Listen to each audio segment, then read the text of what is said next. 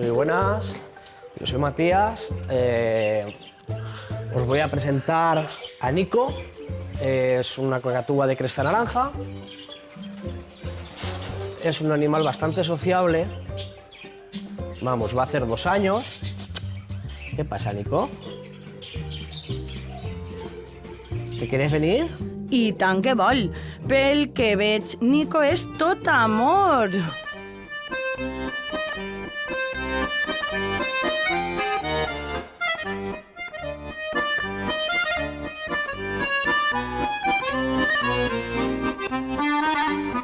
Sí, sí. Son muy melosos, muy melosos. Sí, Nico, sí. Sí. Caram, quan de ves, Matías i Nico tenen una relació estable. Son animales para dedicarles, pues yo siempre lo digo, entre 1 hora o 2 horas al día. Son animales que lo necesitan. Les cacatues són afectuoses i intel·ligents. Matías ho sap bé perquè no és l'únic lloro que té. Este es Crespi, es un guacamayo, ararauna. Tiene la misma edad que Nico, la diferencia de tamaño es abismal. ¿Y Crespi?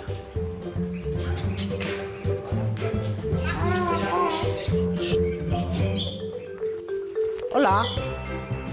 Crespi és molt amic de Nico i ell sí que sap parlar. Hola! I us preguntareu què ens ha portat fins a Montserrat per a conèixer esta au amorosa? Sabeu què passa? Que Matías està angoixat pel seu estat de salut.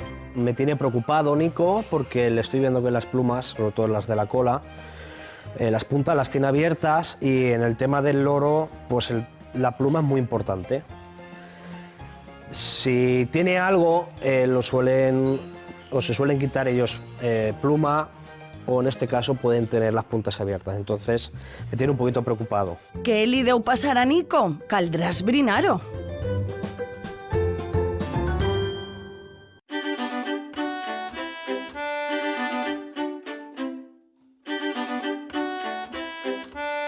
Bueno, pues vamos a proceder ya a llevar a Nico ahí a la consulta veterinaria para que le miren el tema del plumaje. I com el transportes? El transportín, para loro en este caso, yo lo utilizo de plástico bastante duro. Cuando es un viaje corto, pues bueno, no pasa nada. Pero cuando no es muy duro, pues si él está estresado, con el pico lo va a partir enseguida. Por lo tanto, si es un viaje corto y está acostumbrado, no hay ningún problema. Això vol dir que hi ha altres lloros més difícils de portar? Nico yo creo que no va a tener ningún problema. En este caso Pichi, que es el otro loro, el yaco, vamos, en cuanto se lo enseño, pues como para intentar cogerlo, sacarlo y llevárnoslo de viaje. Com n'és de temperamental Pichi, el lloro gris, per contra Nico és respectuós fins i tot quan viatja. Ya, Nico ya está. Si resisteix una miqueta, però està tranquil. Ara Matías el durà al veterinari perquè li examini eixes plomes que el tenen tan preocupat. Matías arriba a la clínica amb Nico. El rebrà Raúl, veterinari especialista en animals exòtics. Molt bé, Mati. A qui m'has d'uir? A Nico. Sí, Nico. Ahora estará un poquito nervioso. El animal, pues, come bien, se le ve bien, pero estas plumas de aquí, sobre todo la parte de la cola, se las veo las puntas abiertas. Fa molts dies que l'has notat, aquests símptomes a nivell de la cola? Un par de semanas. Una semanita, 2 semanas. Molt bé, Nico.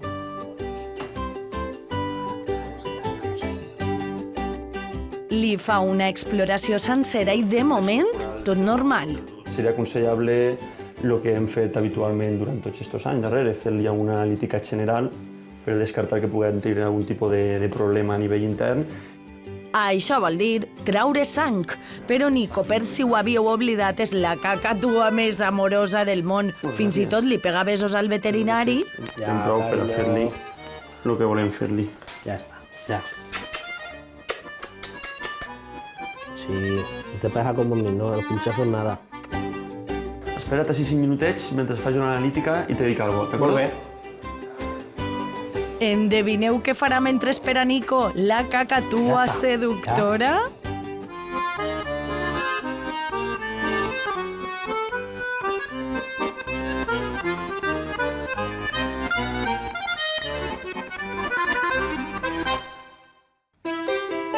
Havíem deixat Raül analitzant la sang de Nico, la cacatúa amorosa. És el moment de saber els resultats. Molt bé, Matías. Pues bueno, ja tenim les analítiques de Nico. En principi, bueno, estate tranquil perquè així tot bé. A nivell de paràmetres tant hepàtics, renals, com glòbuls rojos i glòbuls blancs, ho tenim tot dins de lo normal, és a dir, que hem descartat que l'animal pugui tindre algun procés inflamatori a nivell hepàtic, algun procés infecciós seriós, perquè, lògicament, si haguem tingut alguna coseta d'aquest estil, no s'haurà detectat i reflejada en l'analítica. Heu tingut algun canvi substancial últimament en la... Un poquito menos de atención, a lo mejor, de lo que suelen necesitar. Quant de temps soleu dedicar-li habitualment a l'atenció? Una hora, un par de horas. Jo me decante més en pensar en que puguen tindre un problema de tipus de picatge per estrès. És a dir, normalment, tu ja saps que aquests animals són molt sensibles als canvis ambientals, entonces qualsevol canvi en quant a dedicació que li puguis dedicar a l'animal, en quant a temps, canvis d'alimentació, canvis en quant a l'ambient que l'envolta, pot ocasionar-los una sèrie de desordres comportamentals i és mateixa desahogar-se o desestressar-se picant-se les plomes, en aquest cas de la cua, i ocasionant aquesta alteració de plomes trencades. Nico s'estima tant Matías que fins i tot està un poc estressat perquè li ha fet una miqueta menys de cas. I què recepta Raül? Vitamines i més amor encara. Matías, vas contant-me com va evolucionant, i després qualsevol problema, pues veiem, me pegues un toque i veiem. Yo te llamo y te digo. Molt bé. Guapo. Vale. Dile adiós, Nico, dile adiós. Adiós, Nico. Adiós. I tu, què faràs ara amb Nico? Pues nada, ahora dedicarle un poquito más de tiempo, sacarlo de donde sea, porque parece ser que las analíticas y todo ha salido bien, que un poquito de tema de vitamina o un poquito más de tiempo. Y ya está, no tiene más. Són coses que passen quan tens a casa l'animalet més amorós del món.